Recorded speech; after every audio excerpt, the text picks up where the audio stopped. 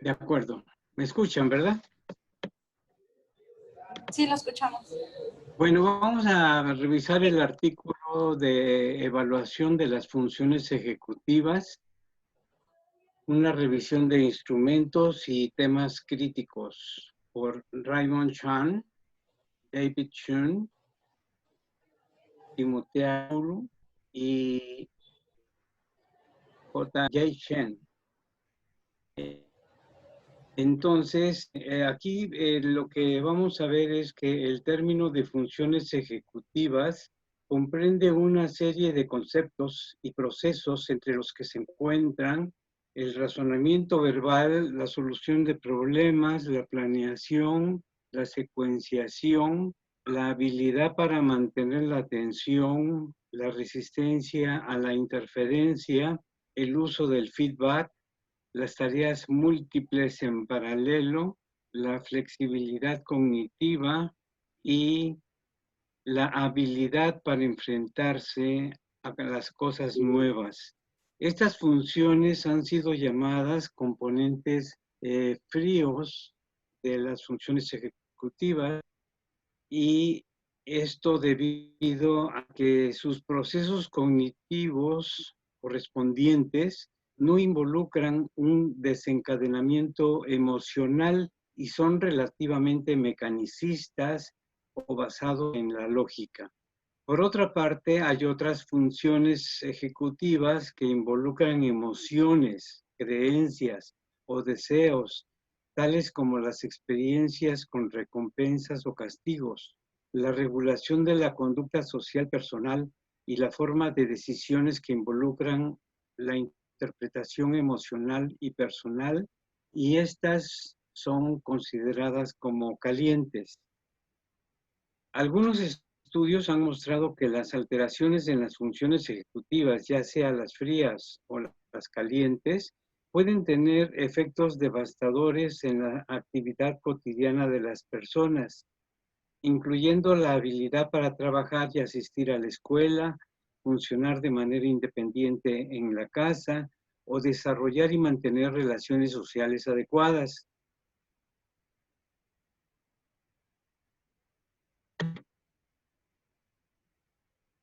Estas son las funciones ejecutivas frías y estas son las funciones ejecutivas calientes.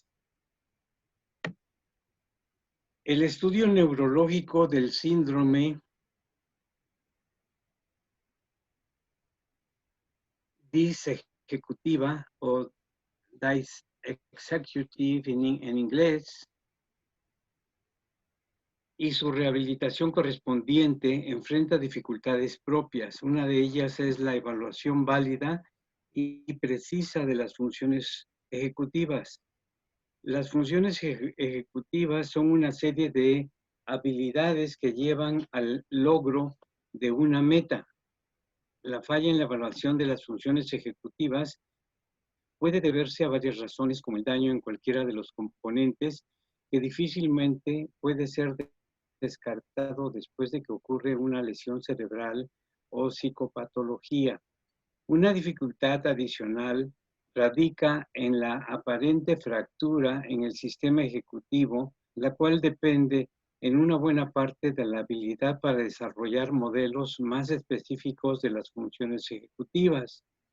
Las pruebas convencionales de las funciones ejecutivas usadas por los clínicos y neuropsicólogos tienden a ser crudas y poco específicas en términos de los procesos específicos que comprenden.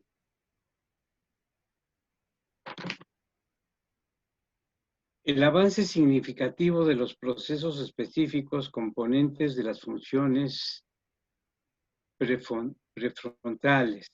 La investigación sobre el papel de los lóbulos prefrontales de los humanos nos ha arrojado datos prometedores y ejemplos acerca de cómo se pueden lograr tales avances.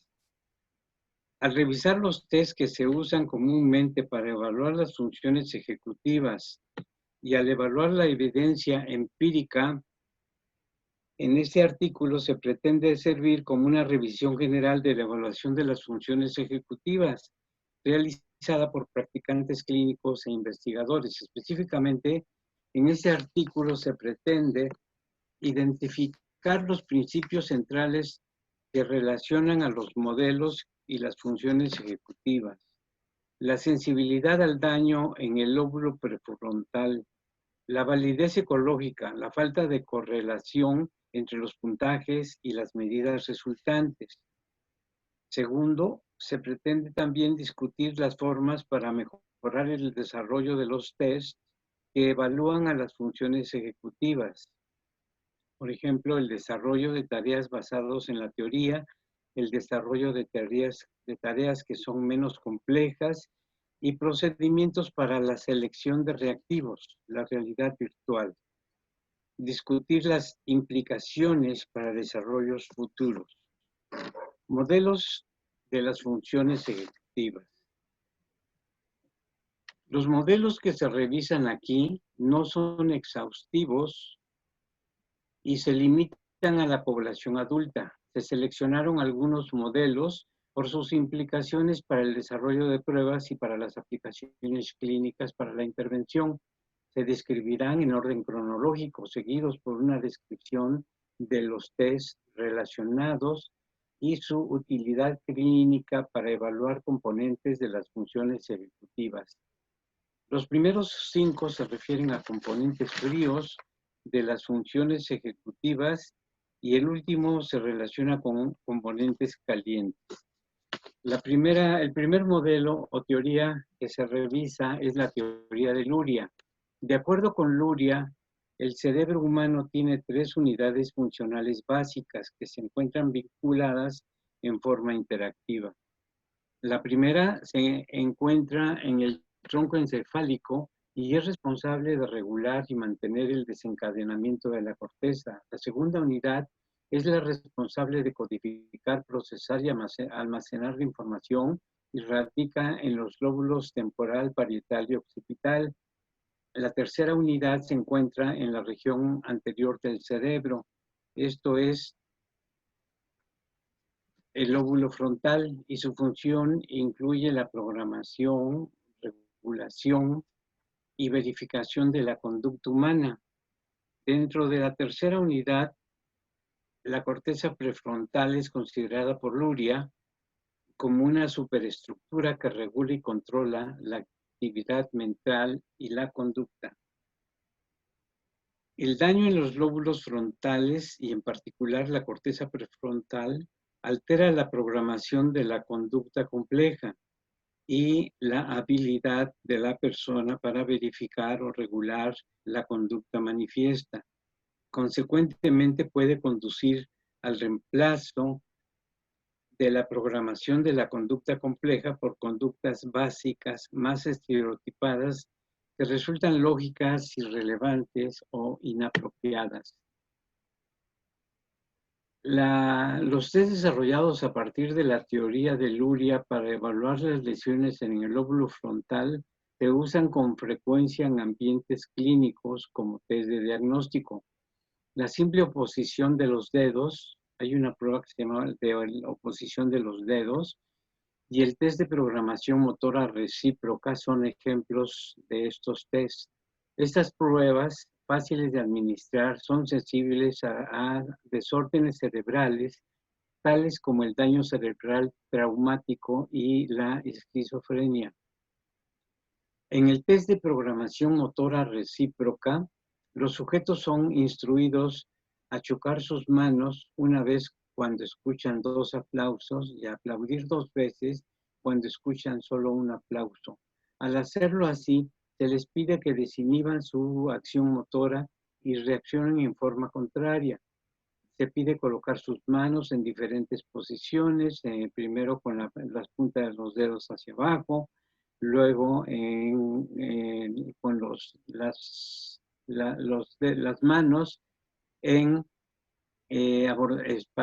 apoyadas sobre el borde inferior de la mano y finalmente con la palma hacia abajo en forma alternada y sucesiva tan rápido como sea posible. Estas pruebas consecuentemente pueden contribuir al reemplazo de la programación de la conducta compleja.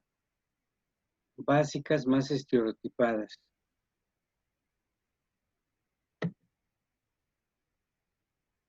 Bueno, el siguiente modelo es el modelo del sistema atentivo supervisor desarrollado por Norman y Challis, quienes extendieron la idea de Luria del funcionamiento del lóbulo frontal y generaron el modelo del sistema supervisor atentivo, SAS. De acuerdo con este modelo, la programación, regulación y verificación de las acciones humanas y pensamientos involucran dos sistemas. El primero es la contención de la programación y la supervisión alternativa. Este es responsable de conductas rutinarias y de tareas sobreaprendidas. Por ejemplo, preparar café mientras se está hablando por teléfono. El último sistema, por otra parte, es responsable de regular las tareas no rutinarias y novedosas.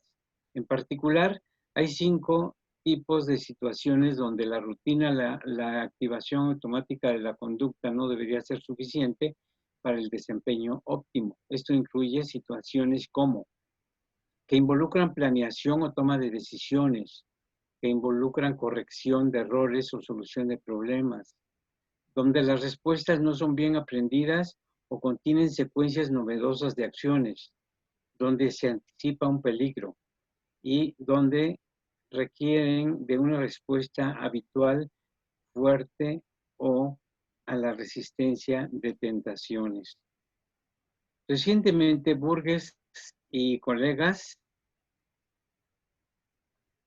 extendieron el concepto de SAS, Sistema Atentivo Supervisor, a multitareas de la vida cotidiana. De acuerdo con ellos, las 8 características de las conductas multitareas incluyen muchas tareas discretas que una persona debe completar, periodos entre salidas para un desempeño eficiente, ocuparse del trabajo individual en un momento dado, no prever interrupciones o resultados esperados, intenciones demostradas para el regreso de la persona a la tarea que se está realizando y no está señalada directamente por la situación, tareas que demandan tareas de diferentes características, objetivos autodeterminados con las que la persona decide para él o para ella y que constituyen un desempeño adecuado. La ausencia de feedback sobre qué también se desempeña la persona. Según estos autores, la mayoría de las tareas de laboratorio no incluyen todas las características al evaluar componentes críticos del desempeño multitarea en casos clínicos. Los test desarrollados a partir del modelo SAS vienen de estudios con pacientes con lesiones en el lóbulo frontal asociadas con la pérdida del control supervisor, lapsus en la atención y conducta desejecutiva en sujetos sanos y costos en el tiempo de reacción cuando los sujetos sanos intencionalmente cambian su atención entre tareas alternadas. En este artículo yo revisé una serie de conceptos nuevos que yo desconocía en cuanto a el campo de las funciones ejecutivas y muchos de ellos son muy interesantes y sirven para poder avanzar en el desarrollo de instrumentos. Uno de ellos es el de la DIS ejecutiva, el componente DIS ejecutivo. Así como hay una función ejecutiva, también hay una DIS ejecutiva, o sea, lo contrario. Y así como hay otros que vamos a ir comentando a lo largo de este trabajo. Existen varios test basados en el modelo SAS que sirven para medir componentes diferentes, por ejemplo, la planeación, la focalización estratégica y el monitoreo, la inhibición o supervisión de respuestas semánticas y acciones. Estos son comportamientos que describen el quehacer de la evaluación de las funciones ejecutivas, cosa que pues no siempre tenemos el detalle de cuáles son los comportamientos de la vida cotidiana que nos permiten conocer cuándo existe un daño neurológico ocasionado por alteraciones en las funciones ejecutivas. Uno de los tests desarrollados a partir del modelo SAS es el test de los 6 elementos, el test del completamiento de oraciones Hailing y el test de Brixton de anticipación espacial, así como el test de atención sostenida a respuestas a tareas. Hay una tabla en el artículo que contiene mucha información, por esa razón no la incluí en detalle, así como tablas, sino que la desmembré en cada una de las pruebas y las vamos a ir viendo. Pero ahí viene el concentrado de todas las pruebas que se emplean para medir funciones ejecutivas. El test de los 6 elementos tiene varios componentes. Mide la planeación, la estrategia y la ubicación de estrategias. Se basa en la teoría del sistema atencional supervisorio y se aplica en un nivel de evaluación en problemas de discapacidad y en estudios de laboratorio.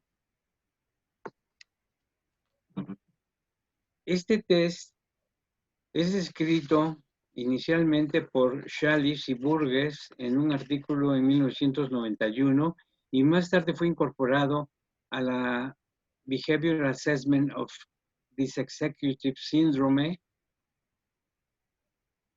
que por sus siglas en inglés es BADS, Behavioral Assessment of Dysexecutive Syndrome. Ha mostrado que exhibe validez y sensibilidad impresionante para pacientes con lesiones frontales y otros pacientes con alteraciones neurológicas y psíquicas. El SET, por sus siglas en inglés, de test de 6 elementos o 6 Elements Test, consta de 3 tipos de test. Uno de aritmética simple, que consiste en nombrar dibujos, escritos y dictado, cada uno de los cuales tiene 2 subtareas, así como otras 6 subtareas. Se requiere que los examinados intenten por lo menos una de las 6 subtareas en un tiempo de 10 minutos, siguiendo la regla de que no se les permite cambiar de tarea de un tipo a otra contraparte del mismo tipo. Para obtener un buen desempeño en este test se requiere que los examinados se movilicen los más apropiados esquemas a través de las diferentes tareas en forma óptima y consistente. Otros autores modificaron el test de los 6 elementos para desarrollar el test estratégico autorregulatorio y el test denominado OTEL, por sus siglas en inglés, para evaluar la estrategia de ubicación de las funciones ejecutivas de los pacientes con daño cerebral traumático, y demostraron que tales derivaciones del test de los 6 elementos son sensibles para detectar déficits en la estrategia de ubicación en este grupo clínico. El SET y sus derivados evalúan así la habilidad para mantener un nivel óptimo de desempeño, mientras se apegan a la regla que se les pone a través de las diferentes subtareas. Otro test es el test Hailing, de completamiento de oraciones, que se dirige en primera instancia a la detección de dificultades para suprimir las respuestas prepotentes y consiste de 2 partes. En la primera parte el examinado debe completar el final de una oración con una respuesta prepotente que tenga una conexión significativa. Por ejemplo, tiene que responder con la palabra barco a la oración. El capitán bajó con el vaivén del, y ahí viene un guión donde tiene que responder con la palabra adecuada. En una segunda parte, por el contrario, el examinado debe inhibir la respuesta prepotente proporcionando palabras irrelevantes para completar la oración. Por ejemplo, puede responder con la respuesta avión cuando se le plantea la misma oración. Por ejemplo, el capitán bajó con el vaivén del. Por lo tanto, la primera parte del test se supone que captura iniciación, mientras que la segunda parte se supone que mide supresión o inhibición. Las propiedades psicométricas son muy buenas. En una prueba test muestra una correlación entre 0.72 y 0.93 con una consistencia interna de un alfa de 0.62 a 0.76. Otros autores, Crawford y Henry, reanalizaron los datos obtenidos por Burgess y Chalice y encontraron el tamaño del efecto debido al error bajo la supresión y la inhibición, lo cual es un nivel de error muy bajo, lo cual permite dar el visto bueno a este test considerando sus características psicométricas. Otro test es el test de Brixton de anticipación espacial. Es muy similar al test Wisconsin, WCST, este test requiere que un individuo descubra las reglas para la ubicación de círculos azules entre una rejilla de círculos vacíos, después de que se ha formulado un patrón dado. Se cambia la regla para la ubicación. Sin embargo, este test es relativamente menos consumidor de tiempo y menos estresante que el test WCST o Wisconsin, y por lo tanto más amigable para el usuario y susceptible para propósitos clínicos y de investigación. Sus estadísticas también son muy alentadoras. La atención sostenida a través de respuestas a tareas es otro test por sus siglas SART, Sustained Attention to Response Task. Es un test computarizado de atención sostenida. En él las respuestas regulares a objetivos no visuales deberían ser retenidas para un dígito raro de 3, debido a la presentación regular de no objetivos y lo raro de las presentaciones de los objetivos. La tarea promueve una estrategia de respuestas anticipatorias rápidas y automáticas. Los autores de este artículo, Chang y Chen, lograron demostrar la validez del constructo del que soporta al test Haling o Haling Sentence Completion Test, el test de 6 elementos y el test SART en un grupo de pacientes con esquizofrenia, empleando un análisis factorial. Los factores que ellos obtuvieron son un factor de inhibición semántica, un factor de inhibición de la acción, un factor de generación de outputs, principalmente. Estudios frecuentes encontraron que tales factores fueron sensibles a la discriminación de pacientes con esquizofrenia respecto de pacientes sanos. Además, relaciones significativas pero modestas fueron también demostradas entre estos componentes y síntomas negativos en esquizofrenia. El otro modelo que revisan es el modelo tripartita de Stoss y Benson. De acuerdo con Stoss y Benson, hay 3 sistemas que interactúan para monitorear la acción y las funciones ejecutivas. Estos son el sistema anterior de activación reticular, el sistema de proyección talámico difuso y el sistema de acceso frontotalámico. Mientras que los primeros 2 son responsables de mantener el nivel de arousal general de un individuo, esto es, los cambios tónicos de alerta y daño en ese sistema resultan en pérdida de la conciencia.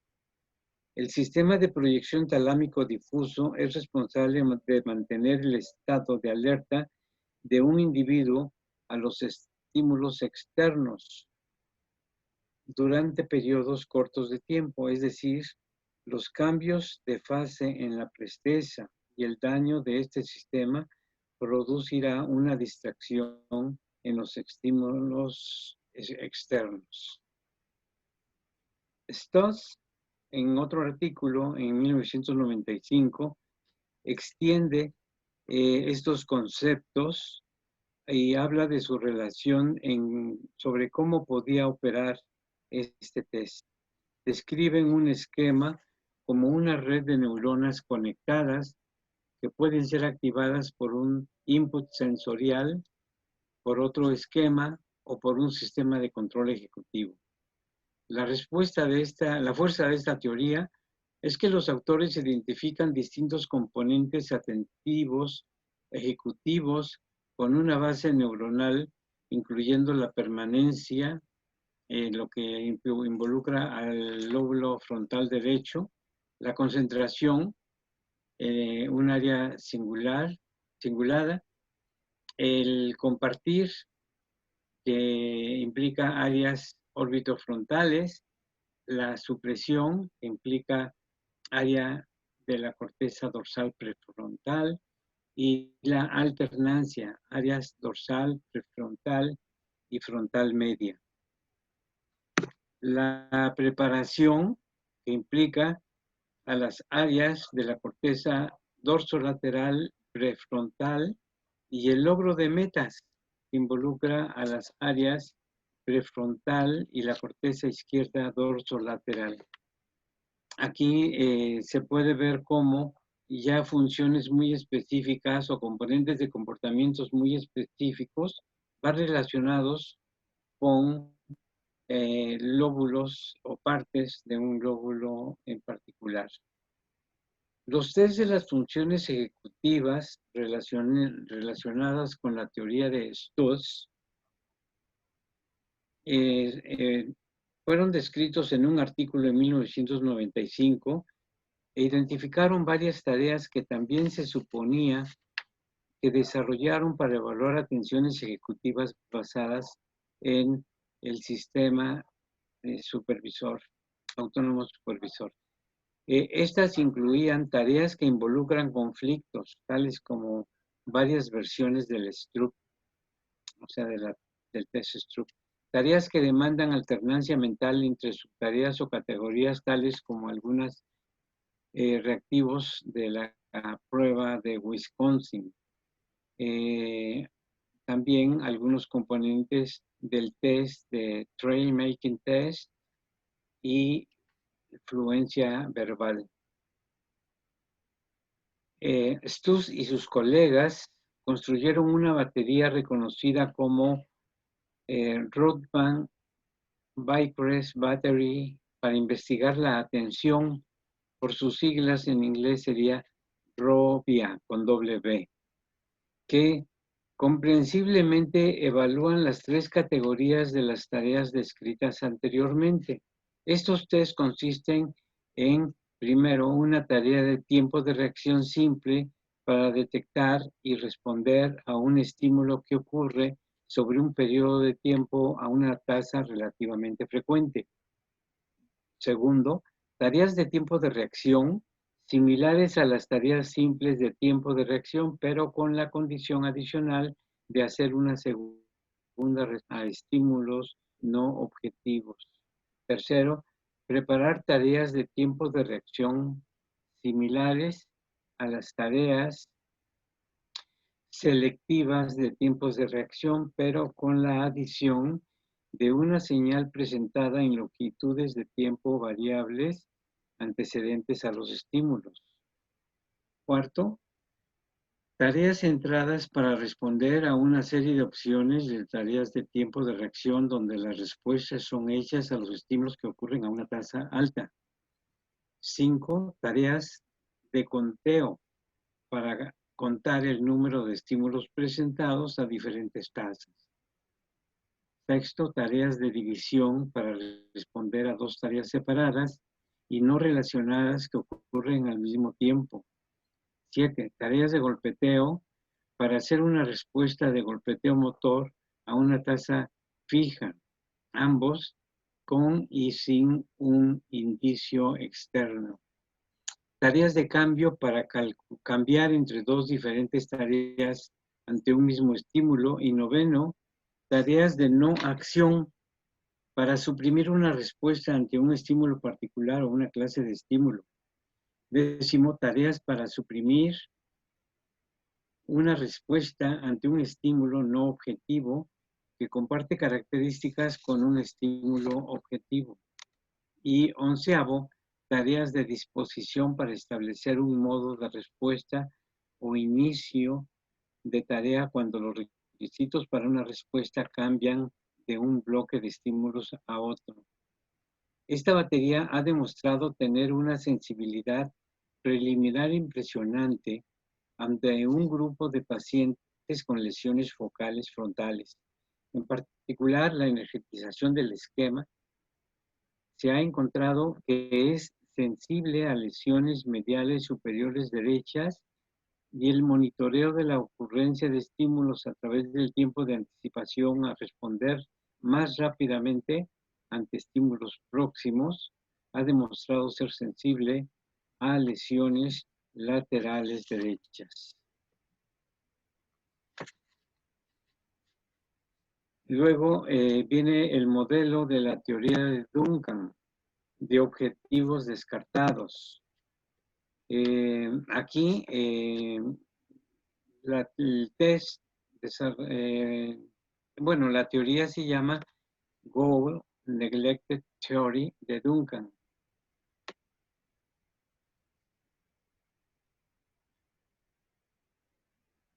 Aquí pueden ver la traducción Goal Neglected Theory de Duncan, o sea, es como un rechazo a la meta. Y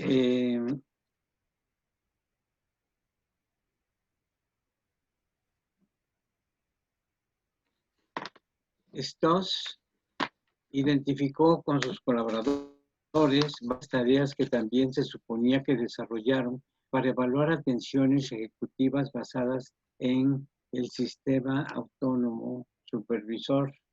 Estas incluían tareas que involucran conflictos, tales como varias versiones del stroke, tareas que demandan alternancia mental entre subtareas o categorías, tales como las que se emplean en el Wisconsin, en el Trial Making Test y pruebas de fluidez o fluencia verbal.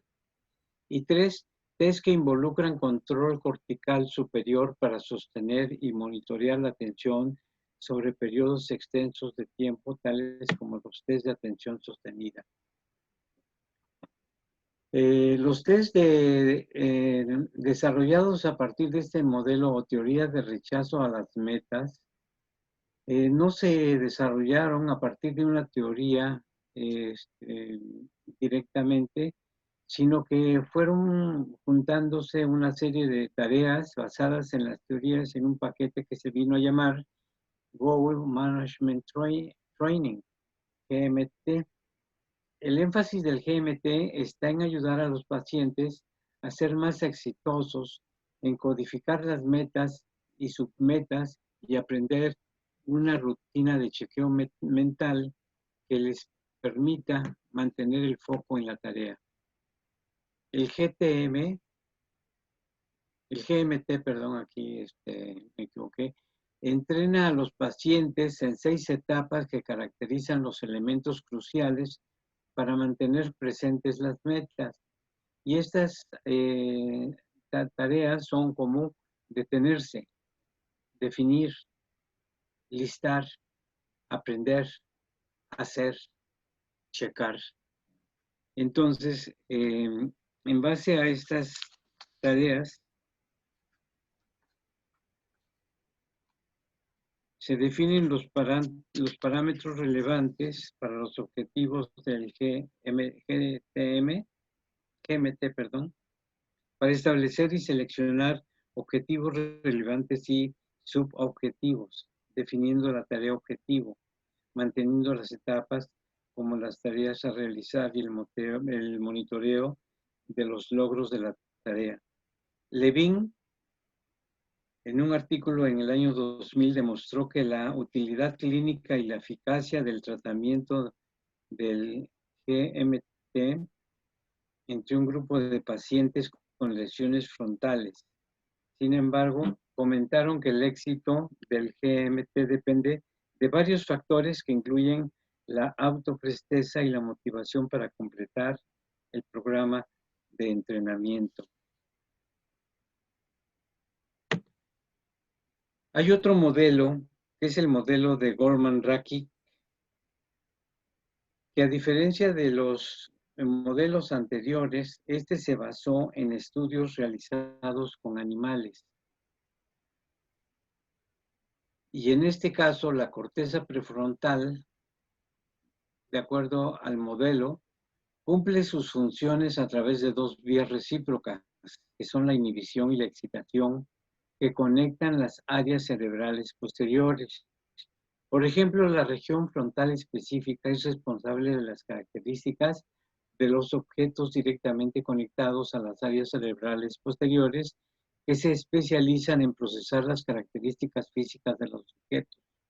Excitan la información útil e inhiben la información necesaria y proporcionan el conocimiento actual del individuo para que tenga un comportamiento satisfactorio a través del tiempo.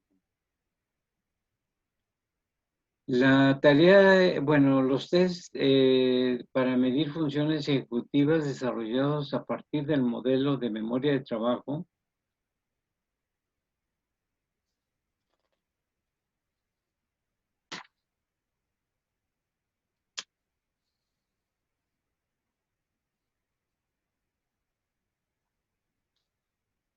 implican la tarea, por ejemplo, de igualación de morada que se aplicó inicialmente en animales, pero que se ha incorporado posteriormente al paquete de evaluación computarizado, conocido como la batería neuropsicológica de test automatizados Cambridge, y por sus siglas en inglés sería CANTAB.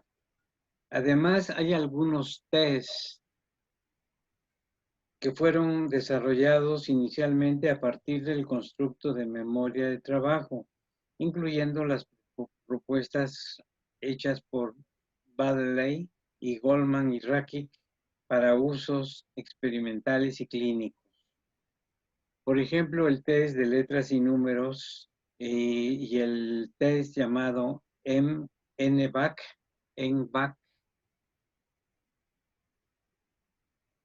están en su mayor parte basados en este modelo para captar componentes semánticos y visuales de componentes de memoria de las funciones ejecutivas.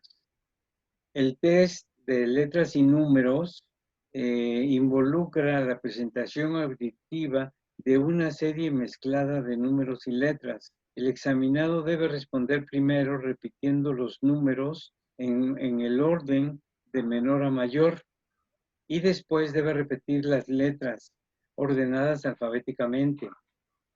Este es un test que yo considero relativamente complicado para el examinado. En el test NBAC se instruye a los examinados para que recuerden los estímulos visuales vistos después de N posiciones presentadas previamente en la pantalla de una computadora. En este caso, el test Cambridge Neurological Inventory es un modelo de test desarrollado a partir de esta teoría, así como el test de fluidez verbal. El test NVAC también ya se comentó, aquí se instruyen los examinados, recuerden los estímulos visuales que se le presentaron anteriormente en una pantalla de una computadora. Luego tenemos el modelo de la hipótesis somática marcador de Damasio. El modelo de Damasio enfatiza el papel del lóbulo frontal en la emoción y la conducta social, particularmente en la toma de decisiones. A diferencia de los modelos y teorías revisados anteriormente, este modelo se concentra en los componentes calientes de las funciones ejecutivas y su impacto sobre los componentes fríos en las relaciones interpersonales y la toma de decisiones. Damasio anticipa una hipótesis de marcador somático para explicar las perturbaciones comunes. Por ejemplo, el cambio dramático en la personalidad y los problemas interpersonales, así como los problemas emocionales, los cuales se pueden ver después de un daño en la corteza frontal ventromedial en pacientes. De acuerdo con Damasio, la emoción se encuentra mediada por las regiones prefrontales, vía los complicados vehículos entre los vínculos corticales y subcorticales. En particular, los vínculos corticales involucran la corteza ventromedial y los vínculos subcorticales involucran el núcleo medio dorsal del tálamo, la amígdala y el hipotálamo. Los pacientes con daño en la corteza ventromedial frontal no son capaces de marcar o vincular las conductas inapropiadas con un signo somático relacionado a las emociones, aun cuando pueden ser capaces de entender las implicaciones de tales conductas. Consecuentemente, tales pacientes mostrarán dificultades para regular sus conductas debido a que no hacen uso de marcadores somáticos relacionados con las emociones. Los test desarrollados a partir de la hipótesis del marcador somático está el test Iowa. En esta tarea los individuos tienen que elegir entre dos mazos de cartas que les aportan una ganancia inmediata para una gran pérdida pero que hay una pérdida futura enorme, muy grande. Y los mazos de cartas que les aportan una ganancia inmediata menor, pero una pérdida futura menor también. La meta de esta tarea está en optimizar la ganancia de un préstamo de fichas en dinero. O sea, se les da una cantidad de 2,000 fichas, 2,000 pesos en fichas, y ellos tienen que ver si pueden incrementar sus utilidades o bien perder esa cantidad que se les presta. Aquí se les dice que el juego requiere de una serie de selecciones de cartas, una carta a la vez de cualquiera de 4 mazos, hasta que se le pida que se detengan. Sin embargo, la decisión de los sujetos de elegir entre un mazo u otro está influenciada por un valor, por el valor programado de recompensas y castigos futuros. Estos han sido preprogramados y que luego los sujetos al inicio lo desconocen, lo tienen que descubrir.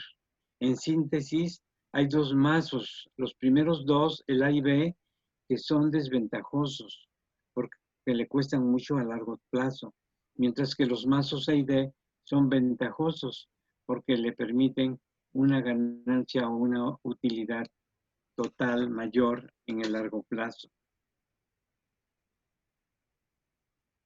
La tarea del juego de Iowa ha demostrado que tiene una sensibilidad impresionante en pacientes que sufren de lesiones en la corteza prefrontal ventromedial. En el primer estudio hecho por Bechara en 1994, los pacientes con lesiones prefrontales se desempeñaron significativamente más mal que las personas sanas o que controles con otro tipo de daño cerebral. En resumen, tenemos que los test existentes para medir funciones ejecutivas no han sido integrados en una batería única de test, pero han sido desarrollados una serie de tests como el inventario neurológico de Cambridge, el test de diseño de fluencia, varios tipos de test con torres, el Torre de Hanoi y Torre de Londres. Para el nivel de disabilidad, aquí podemos ver el concepto de disabilidad, que es diferente al de discapacidad. Ellos entienden los dos términos, los dos tipos de lesiones, de perturbaciones en el comportamiento asociados con perturbaciones en los lóbulos frontales. Los test pueden incluir más pruebas basadas en el laboratorio con relativamente ambientes constantes como el test Greenwich, el test hotel, perdón. Para los test de niveles de discapacidad y participación, la administración de los test puede extenderse a un ambiente naturalista más abierto para evaluaciones tanto como el test de acción naturalística, la evaluación motora y el proceso de habilidades, y pueden incluir también cuestionarios o inventarios para captar las quejas que las personas tienen acerca de su vida diaria.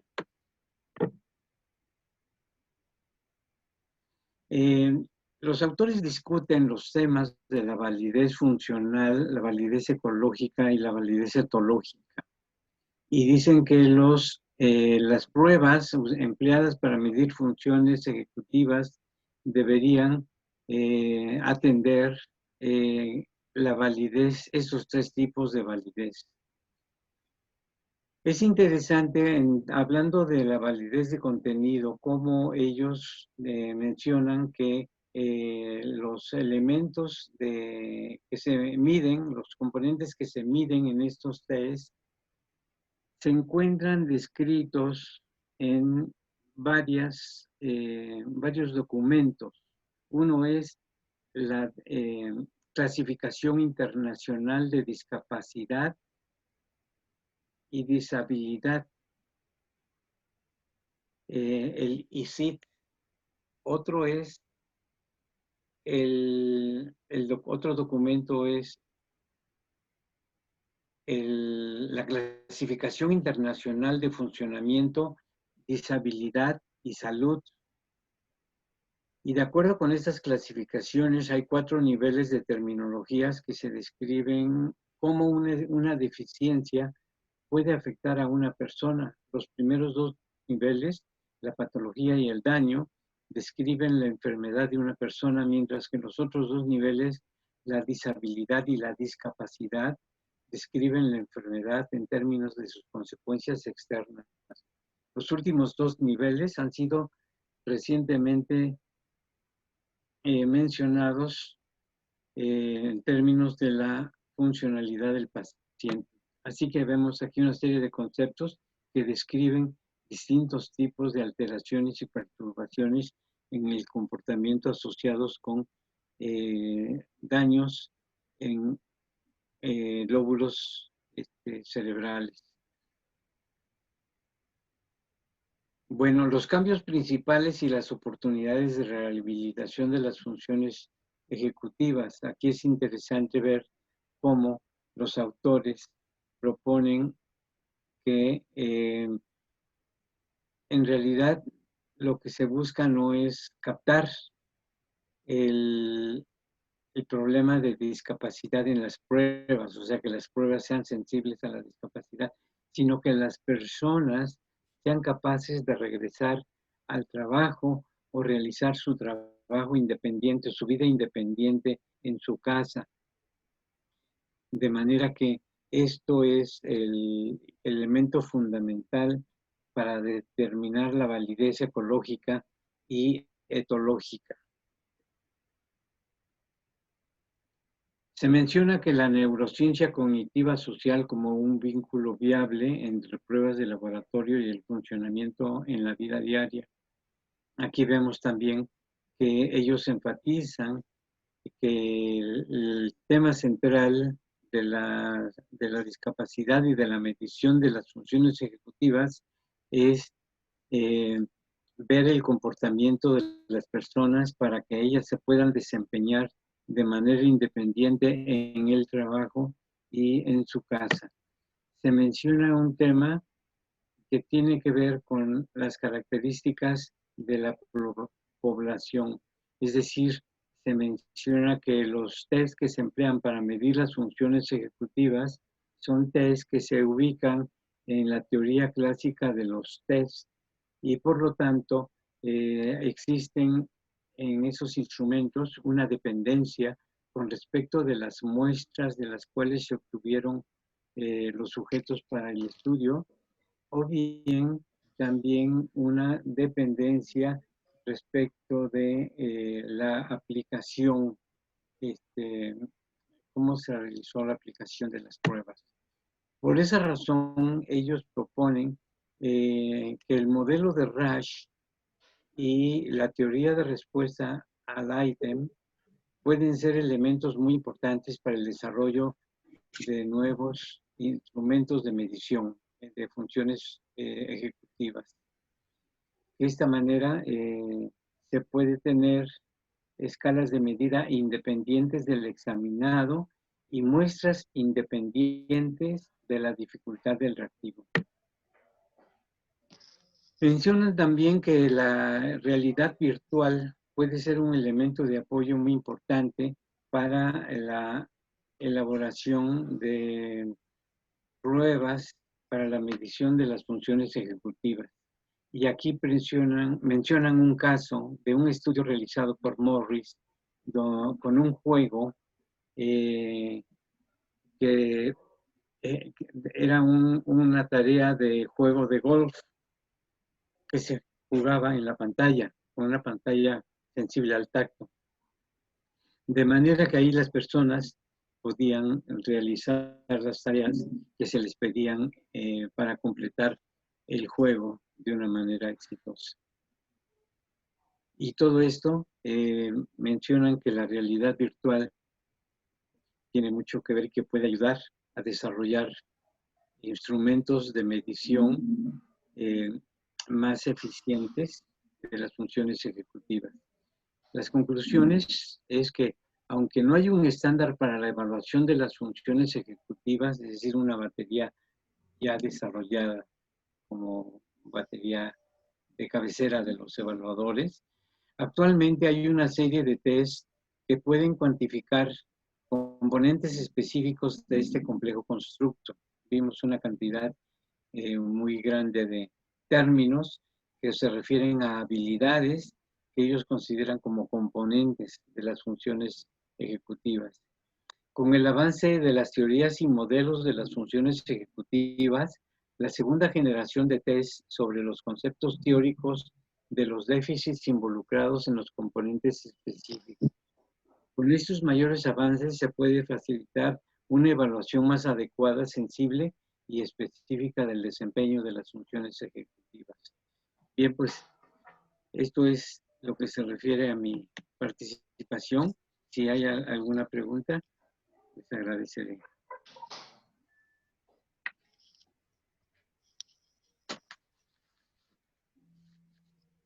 Hola, ¿me escuchan? Sí. Bueno, más que una Sí. pregunta, un comentario para compartir y tal vez generar un poco de discusión sobre este aspecto que lo vemos recurrentemente en la literatura contemporánea y que tiene que ver con la validez ecológica de las pruebas. Este es un aspecto que de pronto a mí me produce un poco de problema porque en términos tanto de investigación como de evaluación diagnóstica, muchas de las pruebas se ven, aparte que tienen un bias teórico, pero se ven como si fueran lejanas de la realidad eh, de del sujeto a quien que está siendo evaluado, ¿no? Eh, y sobre todo los que trabajamos en modelos más experimentales, en la que buscamos controlar al máximo las variables y demás, y que estamos evaluando funciones ejecutivas, otro tipo de funcionamiento cognitivo, de pronto sí está como este sentir por parte de algunas comunidades que dice, bueno, ¿cuánto es la validez ecológica del trabajo que tú estás haciendo, no? Cuando precisamente lo que nosotros queremos controlar son todas las variables y que lo hacemos también bajo el supuesto de las capacidades de generalización que tienen los sujetos de desempeñarse en ámbitos que son similares o que requieren un mismo funcionamiento de forma similar, sea esto en el ambiente real de la vida cotidiana, sea esto en el ambiente de laboratorio. Sin embargo, no sé, usted, doctor, o los colegas, ¿qué opinan sobre esta cuestión de la validez ecológica? Porque quienes hacen las críticas sobre la validez ecológica tampoco hacen propuestas de cómo podemos llegar a este concepto propio de validez ecológica, que de hecho fue un punto que tocaban ahí los autores en el artículo también. Tania. No sé. Bueno, yo creo que sí es como importante ver el, la finalidad de la evaluación, ¿no? Pues esto de las críticas de validez ecológica creo que está mucho más enfocado hacia qué tanto funciona para la rehabilitación los procesos de evaluación, ¿no? O sea, es decir, yo evalúo una función, hago rehabilitación y después vuelvo a evaluar la función. En algunos sentidos se dice pues que el que tú hagas la rehabilitación no va a impactar realmente en la vida de la persona, o no necesariamente tendría que impactar, y lo que tú observas en cambios es solamente en tareas en específicas, ¿no? Tareas que están descontextualizadas del día a día de la persona. Creo que va un poco en el sentido, la verdad es que creo que hay como una visión que se contrapone, porque al final de cuentas justo lo que dice Javier es importante, ¿no? O sea, una de las cosas que uno busca cuando diseña o cuando elige tareas, pues, es que sean tareas que no empalmen muchas funciones, porque entonces no sabes qué es lo que estás evaluando. Y eso pues se supone que es lo que se pretende en contextos de laboratorio, ¿no? Y creo que ahí el punto o la discusión tendría que ver con que el proceso de evaluación y por lo tanto las pruebas que se utilizan tendrían que diseñarse y que seleccionarse a partir del objetivo de la evaluación, ¿no? O sea, no es lo mismo una evaluación con fines experimentales que una evaluación con fines clínicos o de rehabilitación, ¿no? Y bueno, yo creo que hay poca definición, que al final pues es algo sumamente complejo, porque no podemos llegar a ser completamente limpios en las tareas que utilizamos, y tampoco podríamos llegar a utilizar tareas que representen al 100% lo que hace la persona en su vida, ¿no? Son complicados. Creo que el artículo es interesante porque justo nos da alternativas para varias cosas, ¿no? Por ejemplo, la tarea esta de hotel, que ya habíamos leído de hecho en un artículo, en el artículo creo que anterior. Yo no la había revisado previamente, ¿no? Más que en estas lecturas. Y es una tarea interesante porque implica como darle sentido a una tarea que se ha diseñado para el laboratorio, ¿no? Bueno, no sé qué opinan. Bueno, si me permiten, yo considero que así como se realiza la prueba de validez de un instrumento por ejemplo, para la validez de contenido, a través del juicio de expertos. También lo que ellos determinan en la validez de contenido es si lo que mide el test es realmente lo que se pretende medir. Si realmente la prueba que estamos usando de inteligencia mide ese rasgo.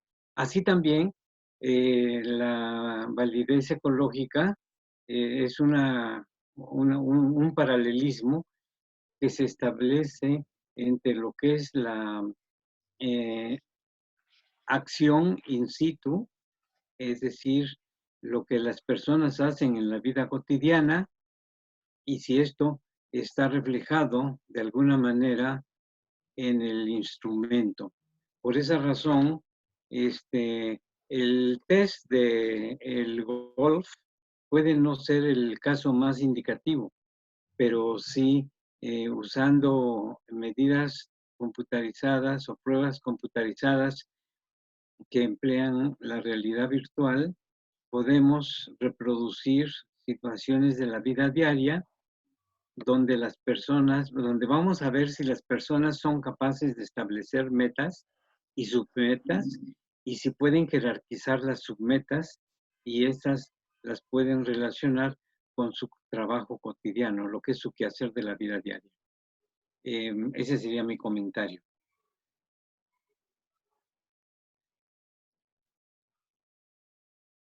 Sí, perdón, nada más para acotar algunos puntos.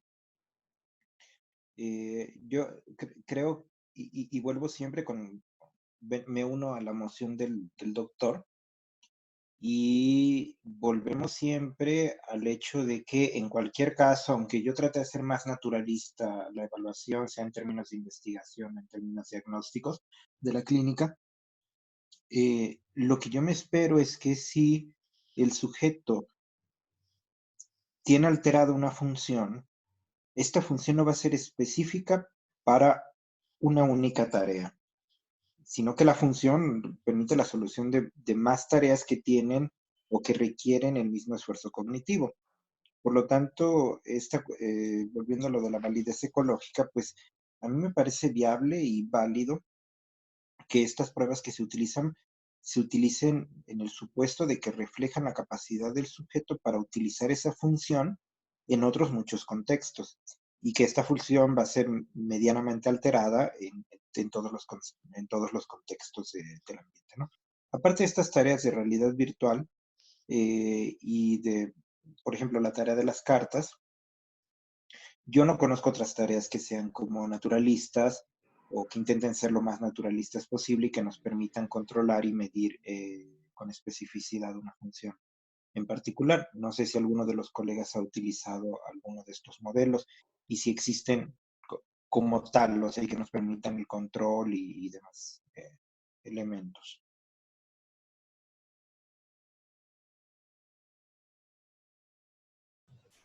Pues yo creo que al final estas tareas se vuelven como mucho menos reguladas en el sentido en el que incluyes muchas más variables, ¿no? O sea, variables que de principio puedes o no controlar, pero implica poner más y más variables, ¿no? Entonces, digo, en cierto sentido, la justificación es que le das más razones al evaluado para estar interesado, ¿no? Pero pues eso tiene el costo de que haces las tareas pues más complejas de analizar en el sentido de que pues implican más cosas, ¿no? Pero bueno, yo sí creo que depende de lo que interese hacer, es lo que deberíamos de decidir o definir qué es lo que podemos utilizar para hacer las evaluaciones, ¿no? Bueno, no sé, ¿alguien más tiene algún otro comentario?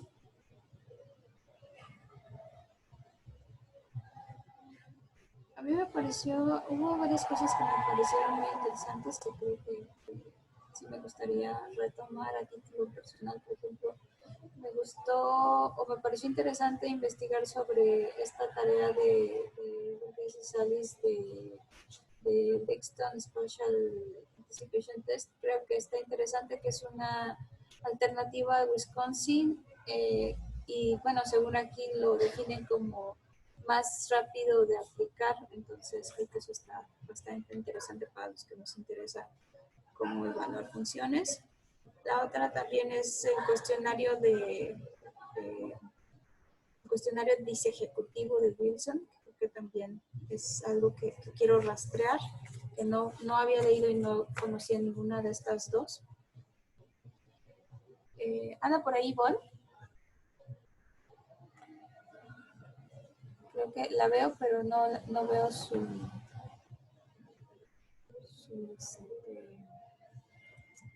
micrófono.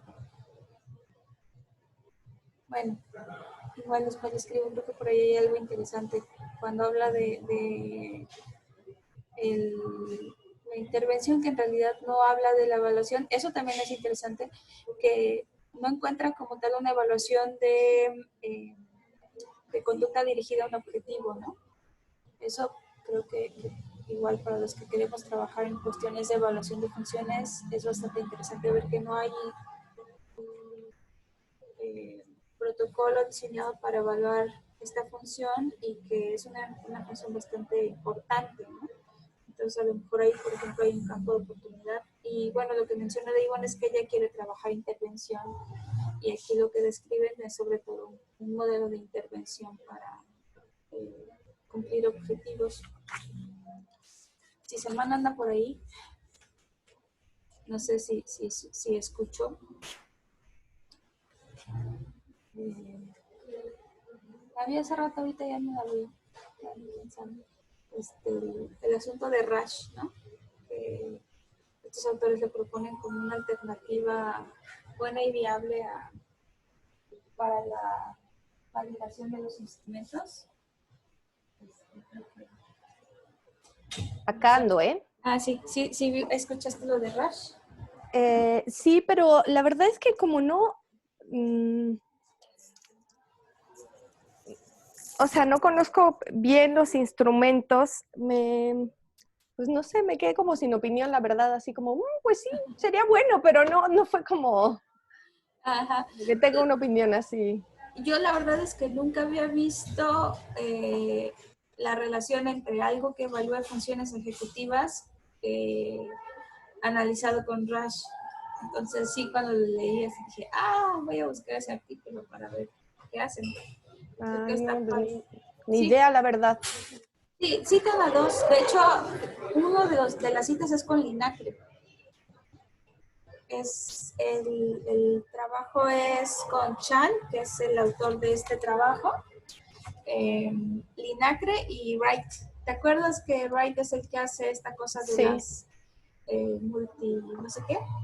Sí, el linaje también era. Sí, el Linacre es el que hace el programa, es el Linacre. ¿no? Entonces, fíjate que este autor publica con ellos, entonces debe de estar interesante conseguir. Debe de estar bastante bueno, claro. Sí, para ver cómo aterrizan Rush a medidas neuropsicológicas. Sí, pero igual, o sea, suena que tiene sentido, ¿no? O sea, de por sí ya ves que lo que también aprendíamos era que pues puede ser usado incluso en las pruebas que nosotros pensamos que no podía ser usado, entonces... Exacto.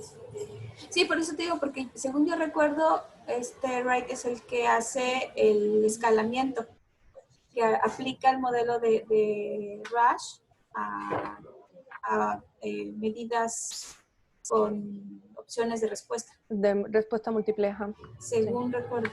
Pero bueno, hay que checar, porque eso está interesante también. Otra cosa que creo que, por lo menos desde donde estoy pensando el proyecto y demás, creo que es importante, es esta diferenciación que hace entre lo patológico, el déficit, no recuerdo cuál es el otro son 4 términos, ¿no? Hasta el completamente inadaptado, porque creo que en esta escala es importante como identificar, digo, yo no espero que los chicos normales que están cursando educación superior, o inclusive los chicos normales que están cursando secundaria en general, presenten indicadores de patología, ¿no? Sin embargo, en la realidad sí vemos pues, que el desarrollo no está a un nivel adecuado, ¿no? Entonces, ¿en qué término digamos, en esta categoría de lo que es normal y lo que no es normal, pretendemos trabajar? Porque, bueno, yo creo que la intención de los proyectos, como los hemos platicado y demás, pues no es tener un instrumento de evaluación para la clínica, ¿no? Entonces, bueno, creo que eso también es algo que por lo menos a mí me queda de tarea indagar. Y ahorita que ya lo planteé como una duda, pues creo que eso es algo que tengo que aclarar, ¿no? A lo mejor para poder trabajar más en ciertas cosas, o sea, más como un tipo diagnóstico o una evaluación más formativa, pero... Sí, de hecho esto era algo que en algún momento Javier ya me había cuestionado. No sé si se acuerda Javier, pero bueno, Yo nunca te cuestiono, Vicente. claro que sí.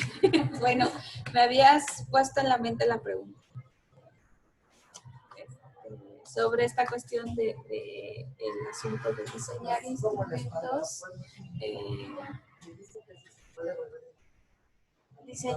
instrumentos, que no están enfocados en la cuestión clínica para abrirlos a una comunidad, ¿no? Hasta donde eso es éticamente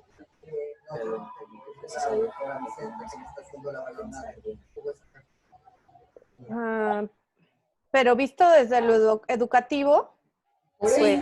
eso, ¿no? Podría ser como, o sea, son evaluaciones formativas si pretendemos entrenar de alguna manera esas funciones, ¿no?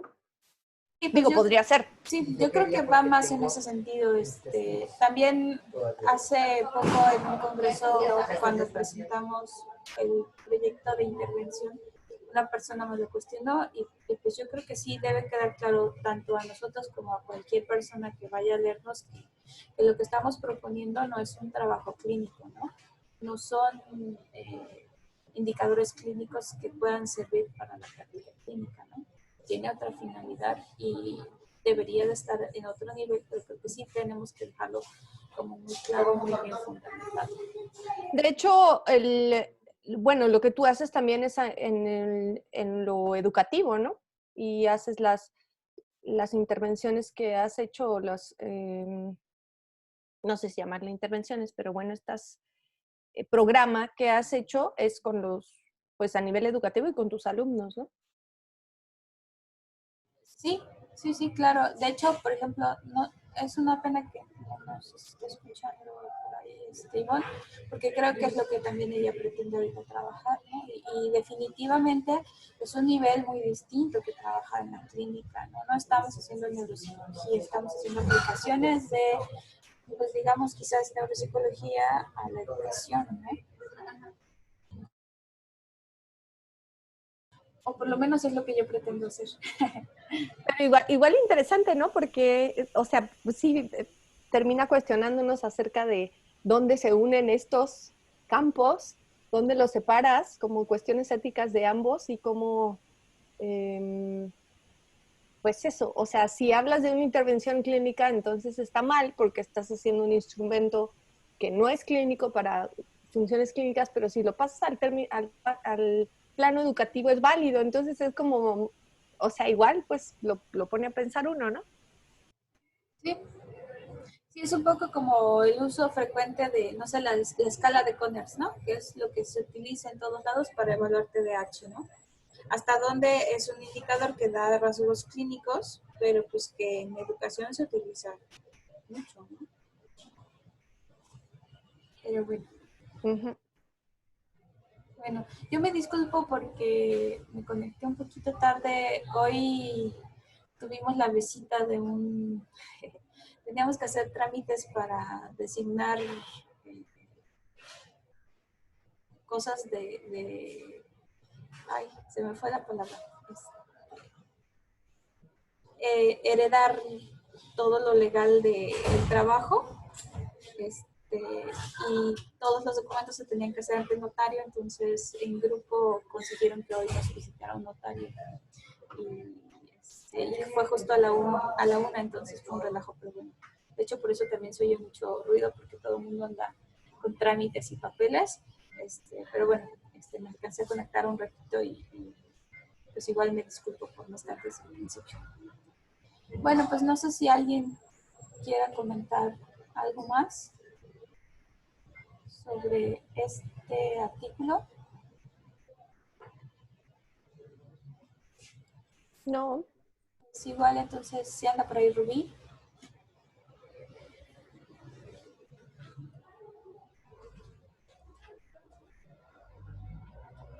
Si anda por ahí Rubí.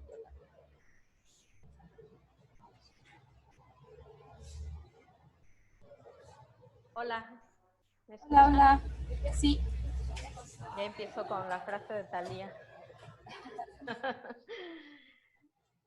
Bien,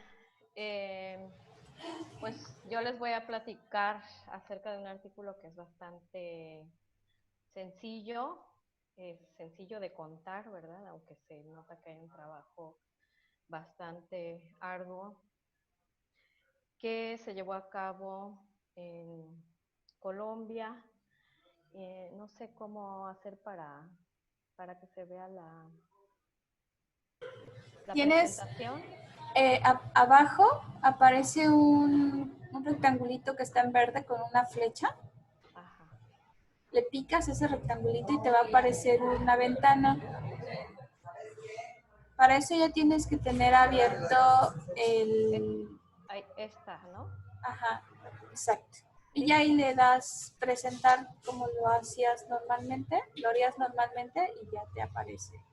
Nos aparece a nosotros la presentación completa. Desaparece. Ahí, Ahí, exacto. perfecto, pero ya no los veo, ¿no? No, pues sí es raro estar de este lado donde no se ve Sí, a nadie yo sé. conectado. De hecho, es Parece que como, le está hablando uno a la exacto. pantalla. Sí, yo las primeras sesiones era así de, ay Dios, qué fue se siente, pero ya luego te acostumbras. Muy De bien. hecho, es horrible. La vez pasada que me tocó a mí fue como mi debut y creo que despedida No, de estas yo creo que, presentaciones de no poder ver a nadie. no, yo como despedida, yo creo que hay que ajustarse a las No me nuevas Pues gustó la modalidades. experiencia, la verdad. Me revolví más, me puse más nerviosa que si tuviera personas enfrente. Sí, es raro sí, esto. debería tener otra, como un duplicado, ¿no? Como cuando hace uno una proyección con el cañón. Sí, si no haces la pantalla, o sea, sí hay una forma de que tú minimices la pantalla, pero es que creo No, que ¿verdad? necesitas dos escritorios. Sí, en Windows no sé si se puede hacer. Bueno, sería Pero bueno, bueno, en algún momento lo probaremos. sí, Y les platico entonces. bueno, gracias, Rubí. Bien, el artículo se titula Entrenamiento cognitivo de las funciones ejecutivas en la edad escolar y tiene la intención de entrenar las funciones ejecutivas para favorecer el rendimiento académico en los niños de edad escolar, ¿no? Ese es su objetivo. De inicio, pues surgen algunas preguntas, en mi caso sobre todo, más porque pues apenas estoy conociendo este tema, que son las siguientes, ¿no? ¿Qué es lo que se entiende por funciones ejecutivas? ¿Cómo se define el concepto de rendimiento académico? En este caso, tomando en consideración la manera en la que lo conceptualiza el Ministerio de Educación de Colombia, porque obviamente es diferente al que utilizamos en México, ¿no? Y finalmente, ¿cómo se puede encontrar una relación entre estas funciones ejecutivas y el rendimiento académico? A ver si alcanzan a ver la letrita. Me costó un poco de trabajo hacer el esquemita este, pero traté de que se pudiera visualizar las definiciones de las que hablan estos autores de manera muy general, ¿no? Prácticamente coinciden en que hay un proceso o el desarrollo de habilidades que tienen que ver con las conductas, ¿no? Con la inhibición, que es uno de las fases que que vamos a revisar en este estudio, el control inhibitorio, la planeación y la fluidez. Dentro de las definiciones que se encuentran aquí, por ejemplo, la que inicia, que es del 96, nos comenta que se trata de un proceso de control que coordina las actividades cognitivas y conductuales. Stuss y Alexander, por ejemplo, dicen que se trata de un conjunto de habilidades complementarias que permiten plantear y mantener metas en la memoria activa, controlar la ejecución y prevenir que posibles distracciones interfieran con el cumplimiento de metas.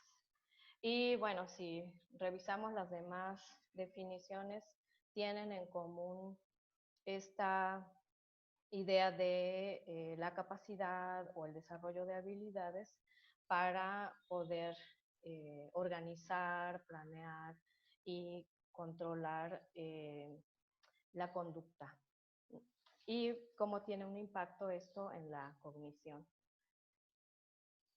Estas son las tres funciones con las que se trabaja en este estudio, que es el control inhibitorio, y se entiende por control inhibitorio aquel que regula las respuestas impulsivas, modera la conducta y la atención. La planeación, que permite secuenciar estrategias para llegar a un fin con el menor esfuerzo. Y finalmente, la fluidez, que es el desarrollo de acciones en un tiempo eficiente. Bueno, pues me di la tarea de investigar de qué estaban hablando, ¿verdad? Porque dice, bueno, se sitúa en la corteza prefrontal y se divide en 3 regiones. Y bueno, pues ahí aparecen la corteza orbitofrontal, la corteza frontomedial y la corteza dorsolateral. Y en estas 3 tienen ciertas especificidades, aunque en algún momento sus funciones interactúan, ¿no? Por ejemplo, en la orbitofrontal, lo que se procesa son los estados afectivos y el control de la conducta. En la corteza frontomedial está influenciada por procesos como la inhibición, la detección y la solución de conflictos y la regulación del esfuerzo atencional.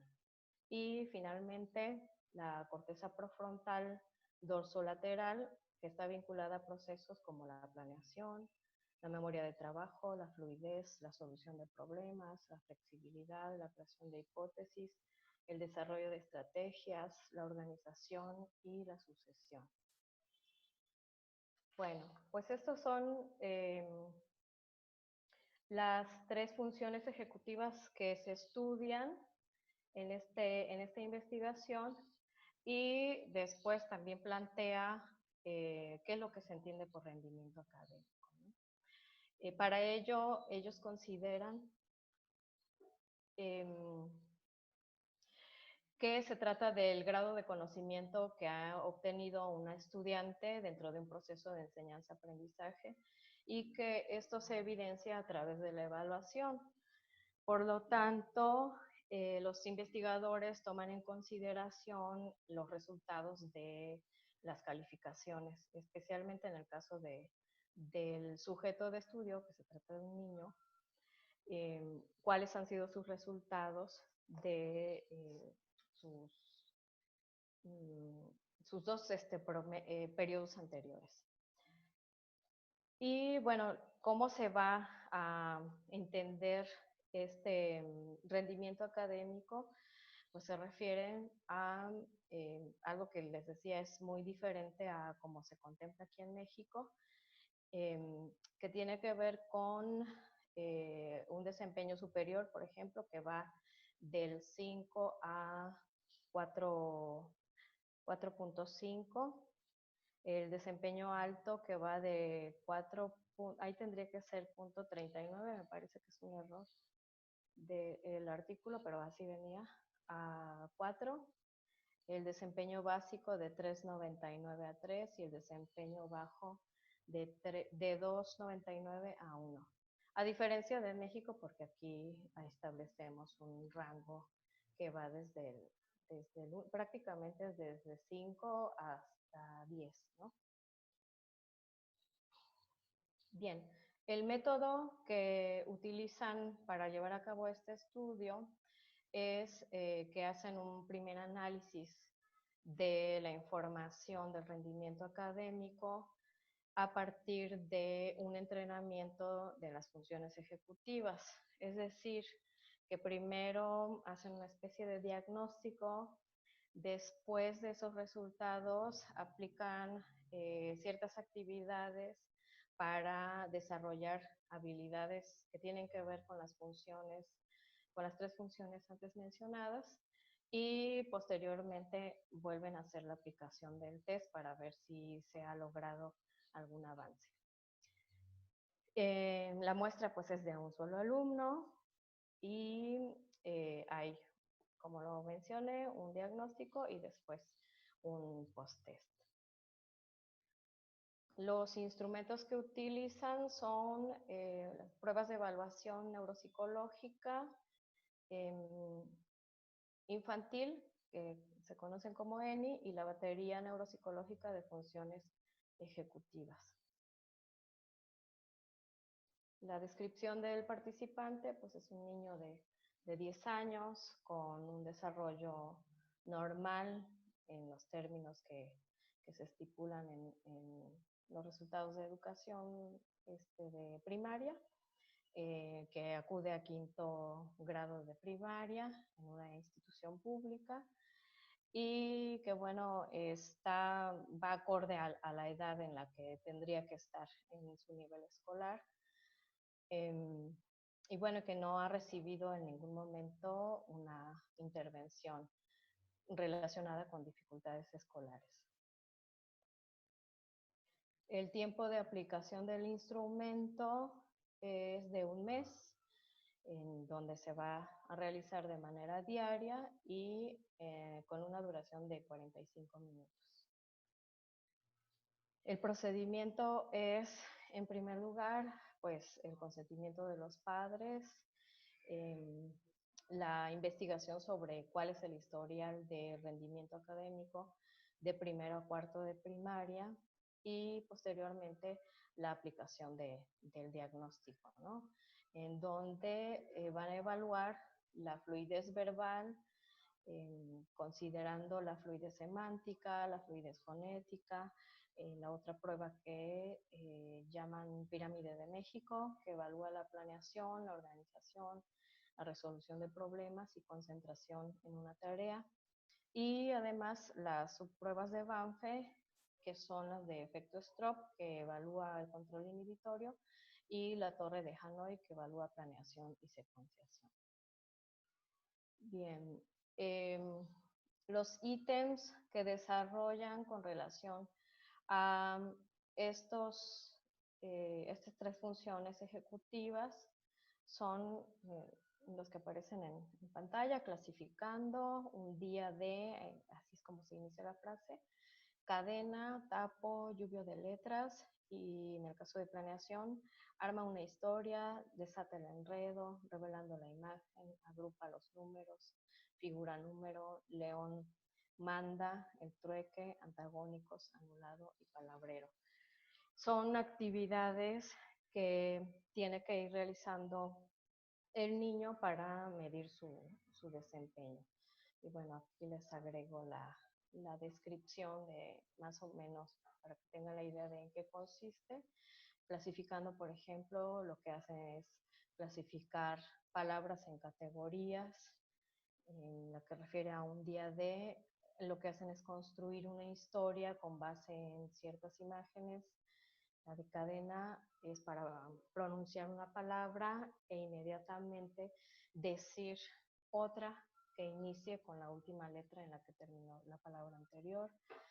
La de tapo consiste en escribir el mayor número posible de palabras con las letras que se le van proporcionando. Una lluvia de letras es para identificar letras correctas y marcar cuáles son, digamos, en las palabras que se le proporcionen, ubicar cuáles son aquellas que están mal escritas, ¿no? En planeación, por ejemplo, tiene que armar una historia en donde identifica y organiza las secuencias en imágenes, desata el enredo, lo que hace es solucionar laberintos, revelando la imagen, lo que hacen es armar rompecabezas, agrupa los números donde unen números del 1 al 12 para llegar a una meta. Y finalmente, figura número es para crear una secuencia entre figuras geométricas y números según la instrucción. Y la última función se trabaja con las actividades de León Malda, en donde tiene que repetir movimientos que indica el moderador del juego. El trueque, tachar los números que son mayores de 5 hasta escuchar el aviso del trueque, y entonces lo que hará es tachar los números menores a 5. En los antagónicos, creo que esta es una prueba muy conocida porque se utiliza en algunos casos con proyectores, y lo que hacen es nombrar un color que es opuesto a la imagen que se presenta. En anulado lo que busca es la correspondencia entre el número y lo que se escribe en letras, y se va marcando aquello que es incorrecto. Y finalmente el palabrero permite detectar dentro de un cuadro con letras una lista de palabras a buscar, algunos vocablos escritos de forma incorrecta y solo encerrar en un círculo el correcto. Ante estas pruebas, pues los resultados de este niño en general en esta fase inicial pues no son tan plausibles. De hecho, van de lo normal hacia lo bajo, y se puede observar, por ejemplo, en la pirámide de México, ¿verdad?, los valores de los aciertos que obtuvo en el tiempo en el que los realizó y la puntuación estándar de esta prueba. Y bueno, pues sí hay una gran diferencia. En la fluidez verbal, pues también se nota un cambio pues bastante evidente entre el dominio de frutas y animales, por ejemplo. Y por supuesto, bueno, cuando le dicen o le piden que tiene que escribir palabras que utilicen la letra M, pues no lo logra con la destreza que se espera. En la prueba de Torre de Hanoi sucede lo mismo. Los resultados no son los esperados, ¿no? Entonces, pues la idea es que a partir de este diagnóstico, en el periodo de prueba, que es alrededor de un mes, pues se espera que haya una evidencia de una mejoría en estos indicadores que se están considerando. Entonces, sucede lo siguiente, que es la fase final. Si hay cambio en los resultados de estas pruebas, para que lo puedan notar tendría que pasarles las dos, pero no me cabía en la imagen.